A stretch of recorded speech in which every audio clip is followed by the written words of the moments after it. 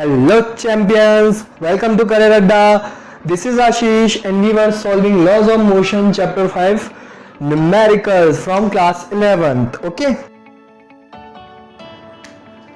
Question number 1.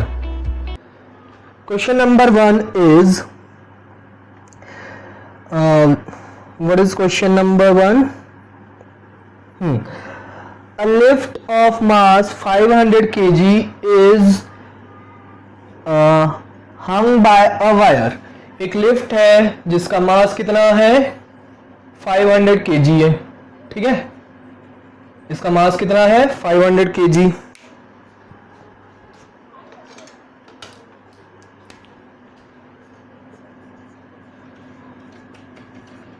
Lift 500 kg है जो कि क्या है, वायर से हैंग है. ठीक है, अब क्या बोल रहा है, calculate the tension in the wire. अब इसमें टेंशन लगेगा ऊपर की तरफ, है ना, ऊपर की तरफ टेंशन लगेगा. तो इसको टेंशन को क्या करना है, फाइंड आउट करना है.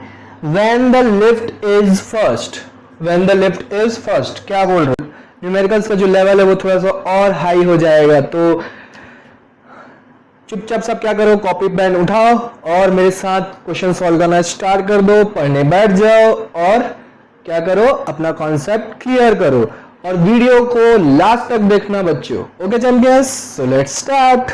When the lift is moving upward with a constant velocity of 5 metre per second. Constant velocity से वो क्या कर रहा है, ऊपर की तरफ जा रहा है. इसकी वैल्यू कितनी है 5 मीटर पर सेकेंड. तो अब हमको बताना है कि इसमें टेंशन कितना लगेगा वायर में. तो बच्चों कांस्टेंट वेलोसिटी के लिए मैंने बता चुका है आपको कि कांस्टेंट वेलोसिटी के एक्सेलरेशन कितना होता है 0. एफबीडी बनाओ, नीचे की तरफ mg, ऊपर की तरफ t. ठीक है, तो अच्छा मूविंग अपवर्ड बोल रही हूं, अपवर्ड बोल रहा है तो एक्सेलरेशन किधर है, ऊपर की तरफ. तो ऊपर वाला फोर्स पॉजिटिव, नीचे वाला फोर्स नेगेटिव. जिस तरफ एक्सेलरेशन डायरेक्शन होता है उधर वाला फोर्स पॉजिटिव, उसके अपोजिट वाला नेगेटिव, है ना. तो क्या हो जाएगा, यहाँ पे इक्वेशन बनेगा t minus M G net force. ये नेट फोर्स हो गया, t minus M G is equal to M A, है ना. Net force is equal to M A, यही होता है सेकेंड लॉ. अब t minus M G, T M G उधर जाके क्या हो जाएगा, प्लस हो जाएगा M G plus M A. Acceleration की वैल्यू कितनी है 0 है, तो ये वाला टर्म पूरा क्या हो गया 0 हो गया. तो m इंटू जी, जी की वैल्यू हम क्या ले लेते हैं 10 ले लेते हैं, है ना. यहाँ पे g की वैल्यू मैं लिख देता हूँ 10 मीटर पर सेकेंड स्क्वायर. तो 500 इंटू 10 कितना होगा 5000 न्यूटन. तो टेंशन कितना आया 5000 newton. Second, moving upward with an acceleration of 4 metre per second square. अब वो एक्सेलरेशन से चल रहा है कितना 4 मीटर पर सेकेंड स्क्वायर, किस तरफ, अपवर्ड डायरेक्शन में. अगेन क्या बनेगा, एफबीडी बनेगा, डाउनवर्ड डायरेक्शन में mg, अपवर्ड डायरेक्शन में t, अपवर्ड डायरेक्शन में एक्सेलरेशन. अब क्या बनेगा t minus M G is equal to M A. Same equation बनेगा t, क्योंकि ये पॉजिटिव है और ये नेगेटिव है ना. t इज इक्वल टू क्या हो जाएगा mg plus M A, mg plus M A. Acceleration की वैल्यू पुट करेंगे कितनी 4. तो 4 इंटू 500 की, अच्छा इसको आप क्या करो 500 कॉमन ले लो, मास को कॉमन ले लो, तो g प्लस आएगा, मतलब 10 प्लस 4 हो जाएगा, है ना. तो अब देखते हैं t की वैल्यू कितनी आ रही है. तो t is equal to 500 into 14, 14 5 का कितना होता है 70, तो 7000 न्यूटन. ठीक है, जब वो एक्सेलरेशन से ट्रेवल करेगा तब उसका टेंशन कितना हो जाएगा 7000 न्यूटन, और जब वो कांस्टेंट वेलोसिटी से करेगा तो 5000 न्यूटन. समझ में आ रहा है. क्वेश्चन थर्ड पार्ट क्या है इसका, एट रेस्ट, एट रेस्ट बोल रहे हैं. रेस्ट पे में टेंशन कितना होगा, तो एट रेस्ट बोल रहे हैं, तो अगेन एट रेस्ट के लिए एक्सेलरेशन कितना हो गया 0. इक्वेशन वही t minus M G, M A मतलब वो 0 हो जाएगा, है ना. तो t इक्वल टू क्या मिल जाएगा mg मिल जाएगा, तो आपको कितना आ जाएगा 5000 न्यूटन. तो वो रेस्ट पे हो चाहे कांस्टेंट वेलोसिटी से ट्रेवल कर रहा हो, उसमें टेंशन क्या लगेगा, सेम लगेगा। पर अगर उसमें एक्सेलरेशन आ जाता है मतलब वेलोसिटी चेंज हो जाती है, या तो स्पीड हो जाएगी मतलब इंक्रीज हो जाएगी या तो डिक्रीज हो जाएगी, है ना, तो उस केस में उसका टेंशन भी क्या हो जाता है, चेंज हो जाता है। क्लियर है बच्चों कॉन्सेप्ट? फॉर्मूला हमको लर्न नहीं करना है लिफ्ट के केस या कुछ का, हमको सिर्फ एफबीडी बनाना है और net force is equal to M A या फिर net force is equal to 0 apply करके सॉल्व कर देना है। ठीक है, चलो next. In the given figure 3 blocks are connected by string. चलो क्वेश्चन नंबर 2 आज का।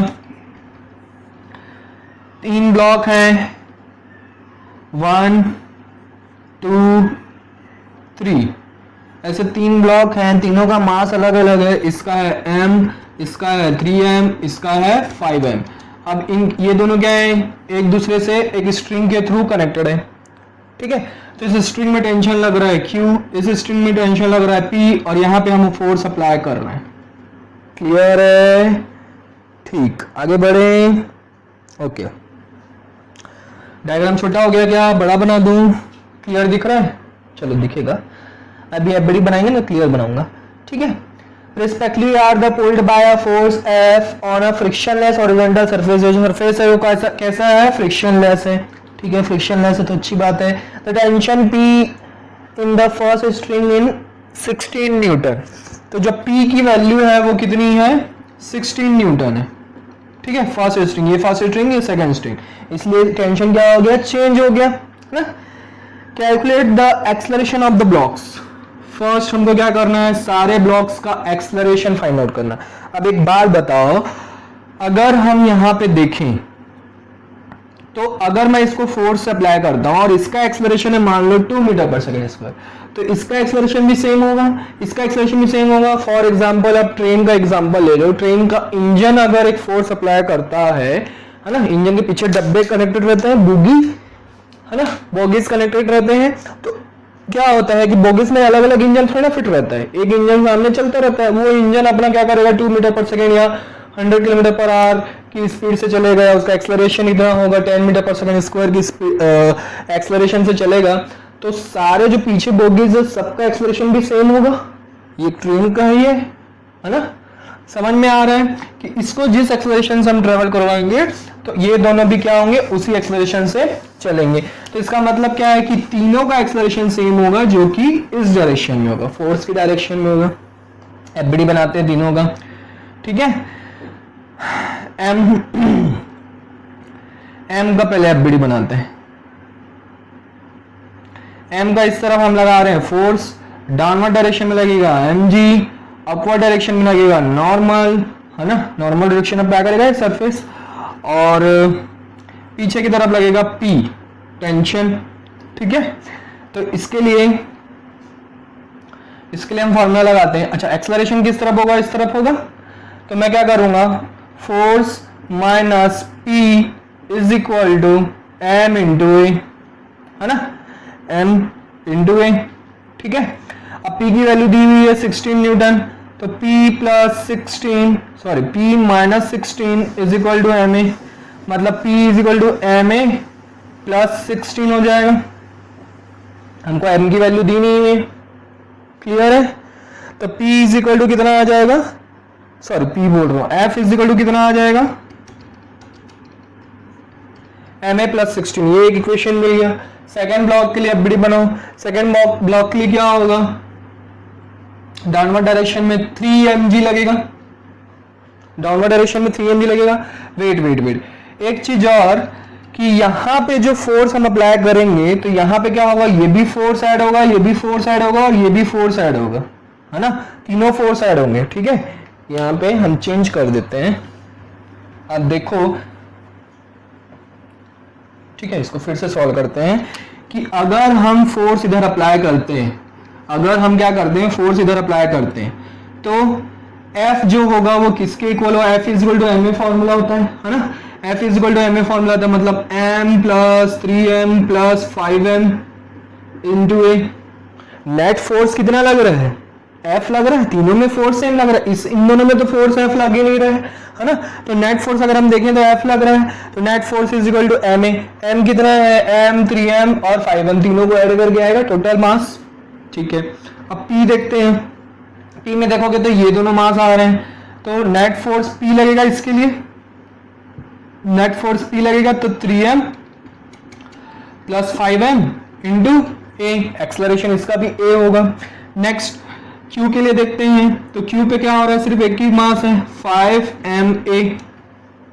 ठीक है, 5ma क्लियर है। हमको क्या फाइंड आउट करना है, acceleration of the blocks find out करना है ना, एक्सलरेशन ऑफ द ब्लॉक्स।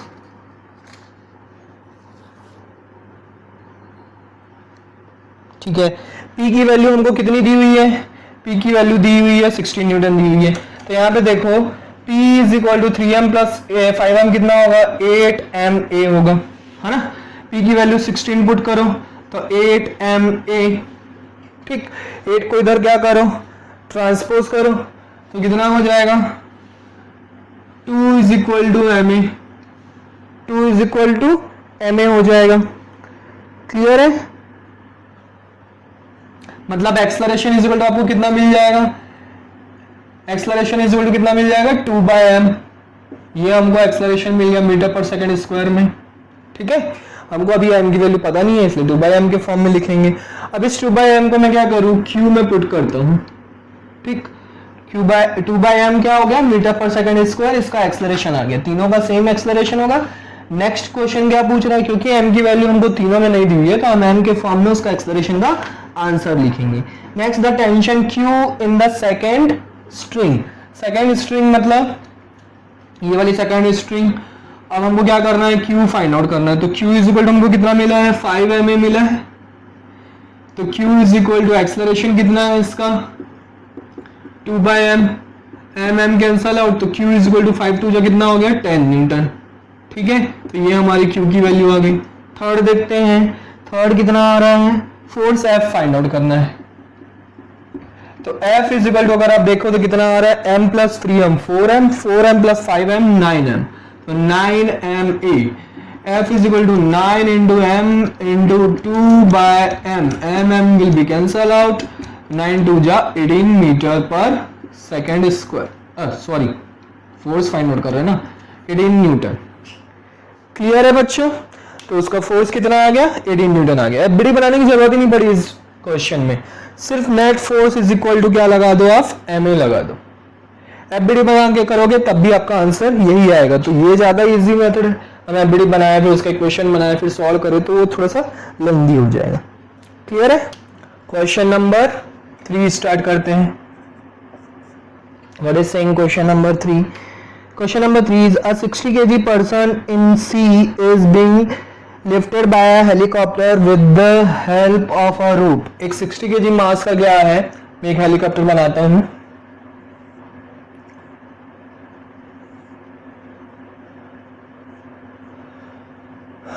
है ना,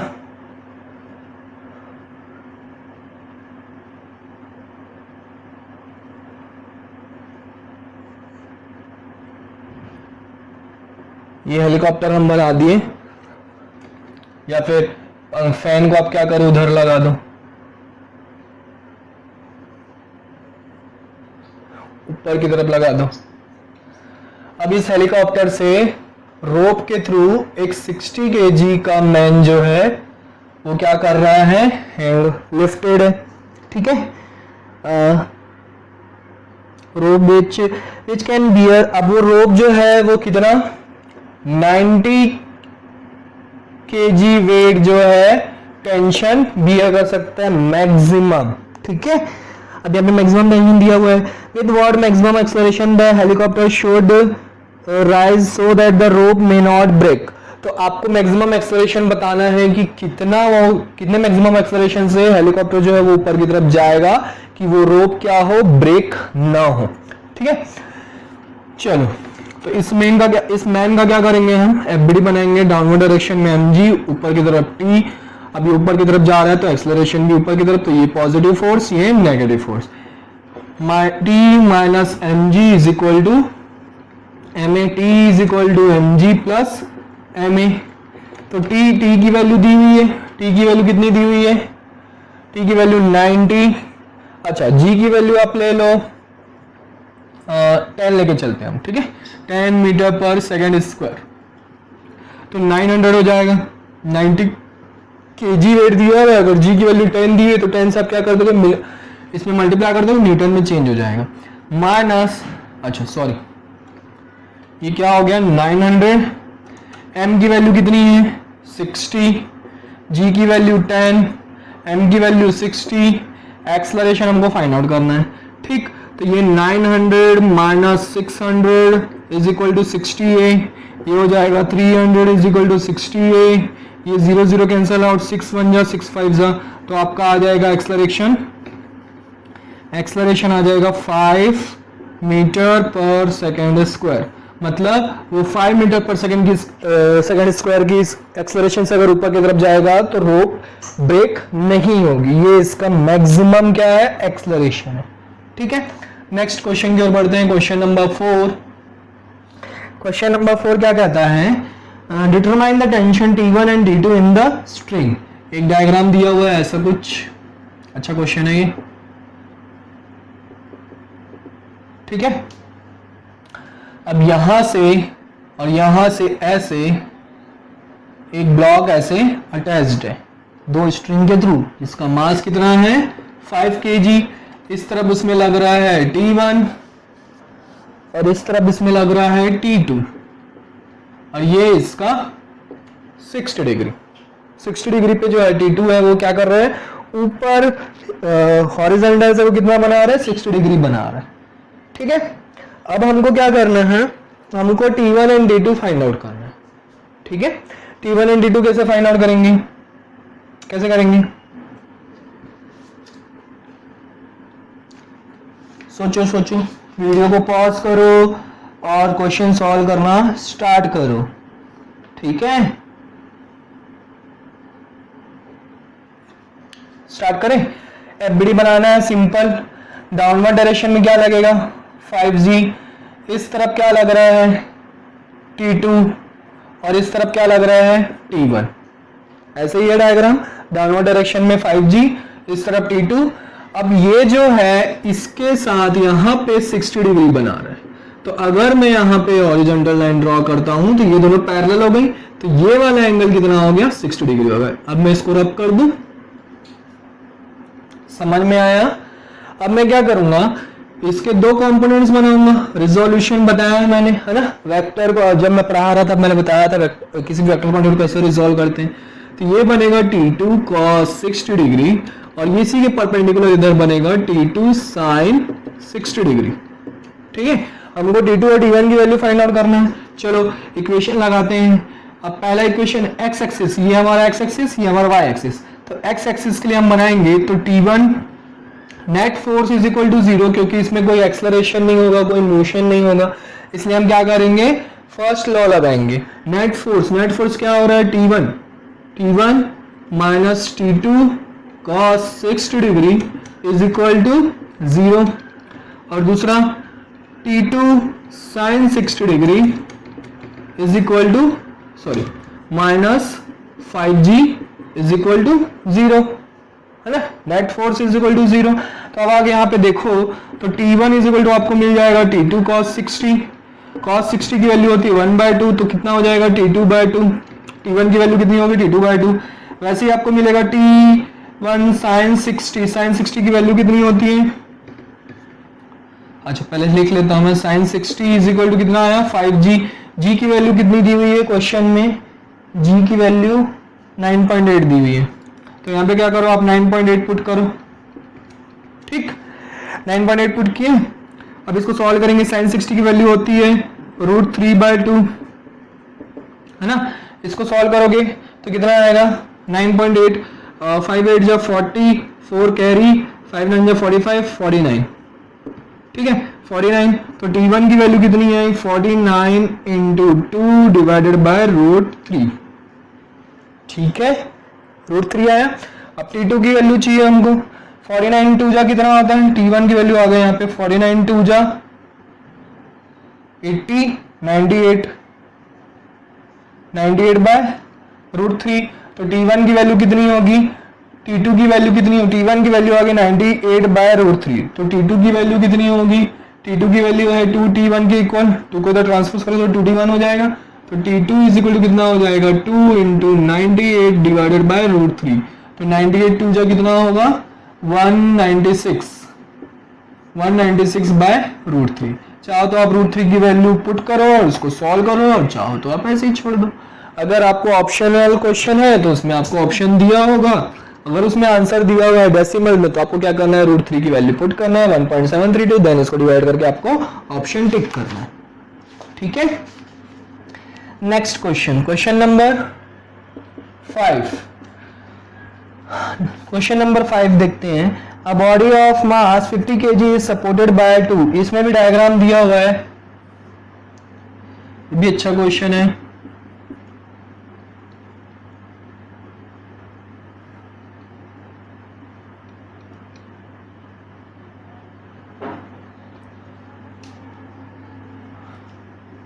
ये 30 डिग्री और इधर 60 डिग्री, और यहां पे एक मास लगा हुआ है कितना, 50 kg का। ठीक है, अगेन इसको क्या करना है, हमको T1 T2 फाइंड आउट करना है। Determine the tension in each chain. तो इधर वाले को हम T1 ले लेते हैं और इधर वाले को T2 ले लेते हैं। लेना क्या है, डायग्राम में दिया हुआ है। ठीक है ना। तो G की वैल्यू कुछ दी हुई है, G की वैल्यू इस बार हम लोग 10 लेके सॉल्व कर लेंगे। ठीक है, 10 लेके सॉल्व कर लेंगे। G की वैल्यू ले लो 10 metre per second square. FBD बनाओ, डाउनवर्ड डायरेक्शन में mg मतलब 50g, इस तरफ T2 जो कि हॉरिजॉन्टल से कितना बना रहा है, 60 डिग्री बना रहा है। इस तरफ T1 जो कि हॉरिजॉन्टल से कितना बना रहा है, 30 डिग्री बना रहा है। ठीक है, अब ये छोटा सा डायग्राम हो गया, मैं इसको बड़ा सा डायग्राम बनाता हूँ।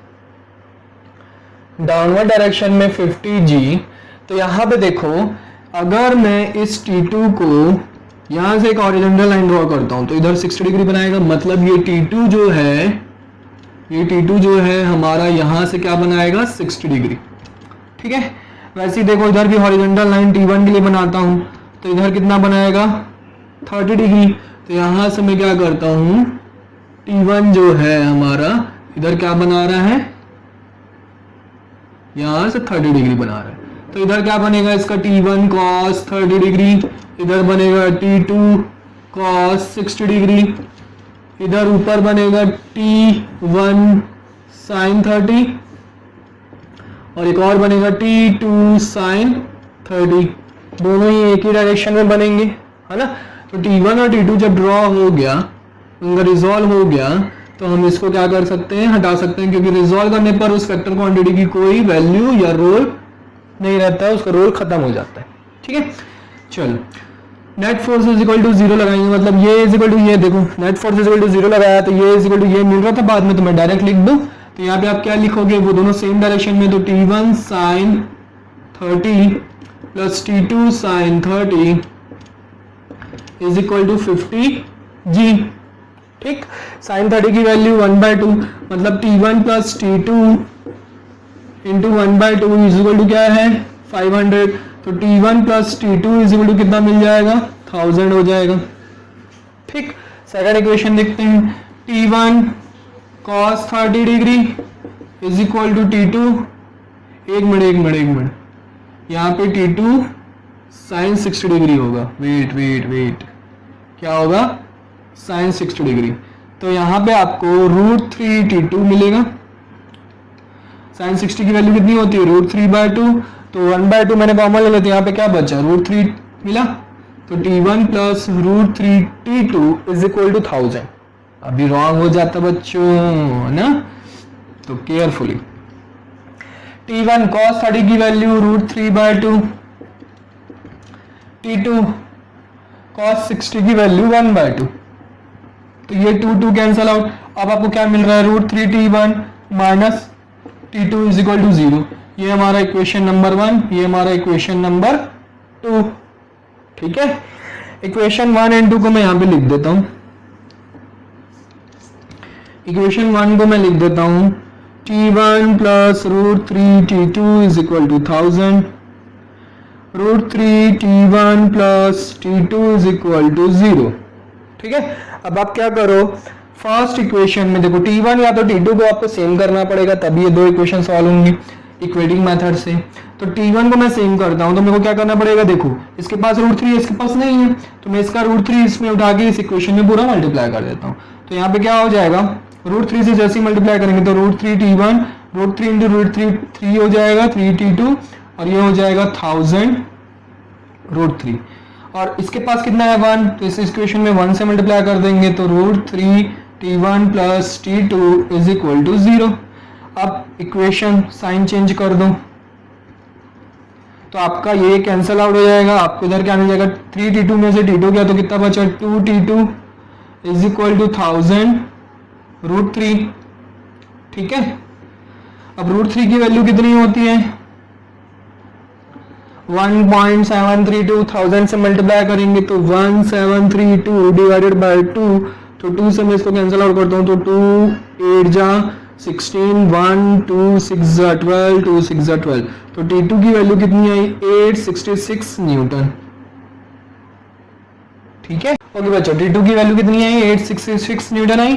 अब आप क्या करो, किसी एक इक्वेशन में T2 की वैल्यू पुट करके या तो चाहो तो आप इसको क्या कर दो, √3 की इसको आप ऐसे लिख सकते हो, आंसर T2 की वैल्यू को, √3 का वैल्यू अगर आपको नहीं पुट करनी है तो √3 के केस में आप ऐसे लिख सकते हो, T2 इज इक्वल टू कितना आएगा, 2 इधर डिवाइड हो जाएगा तो 500 √3 न्यूटन, ये आया 500 √3 न्यूटन। अब T1 की वैल्यू निकालनी है तो T1 इज इक्वल टू कितना आ रहा है, T1 इज इक्वल टू आ रहा है T2 बाय √3 आ रहा है ना, तो T2 की वैल्यू कितनी है, 500 √3 डिवाइडेड बाय √3, तो √3 कैंसिल आउट, तो T1 की वैल्यू कितनी है, 500 न्यूटन। क्लियर है बच्चों, तो आप ऐसे क्वेश्चन को सॉल्व कर सकते हैं और ऐसे ही आपको सॉल्व करना है बच्चों। ठीक है, तो प्रैक्टिस करते रहो, डाउट्स निकालते रहो और भेजते रहो। Bye bye, take care, see you in the next lecture.